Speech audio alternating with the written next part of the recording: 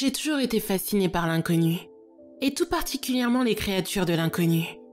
Je ne sais pas exactement quand cette obsession a débuté, mais je dirais que c'était quand j'étais jeune, et que je regardais des documentaires sur les aliens, Bigfoot, les monstres marins, et toutes les créatures du genre.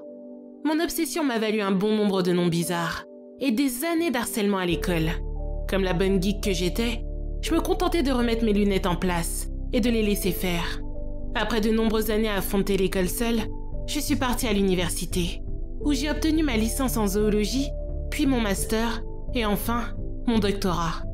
Pendant mes années d'université, j'ai découvert le fitness, l'alcool, les hommes et toutes les autres bonnes choses que la vie avait à offrir. Cependant, mon premier amour restait la cryptozoologie, qui est l'étude des créatures dont l'existence n'est pas avérée. J'ai passé 2 ans à parcourir le monde avec des biologistes, des zoologistes et des biologistes maritimes. On était à la recherche de nouvelles espèces, et on étudiait aussi celles que l'on ne connaissait pas beaucoup. Les collègues et moi, on a trouvé de nouveaux insectes, des nouveaux poissons, des nouveaux reptiles, mais jamais rien qui aurait pu appartenir au domaine de l'étrange ou du mystique. Et rapidement, j'ai été reconnue dans le milieu scientifique. Les gens blaguaient souvent en disant que j'aurais pu trouver n'importe quoi à part le Bigfoot.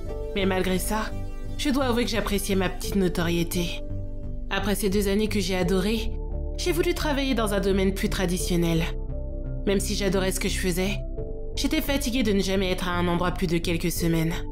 Je voulais vraiment passer plus de temps à rechercher les créatures que j'adorais tant, plutôt que de travailler sur les expéditions d'autres personnes. J'ai donc décroché un travail dans une grande université de l'Ohio, où j'enseignais la biologie. J'en ai profité pour créer un club de cryptozoologie qui attirait un grand nombre d'étudiants.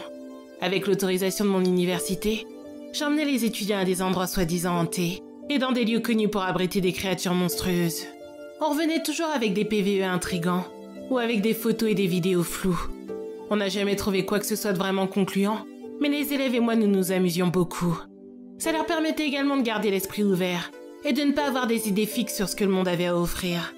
Voir tous ces gens s'intéresser à la même chose que moi m'a vraiment motivée à continuer ce que je faisais.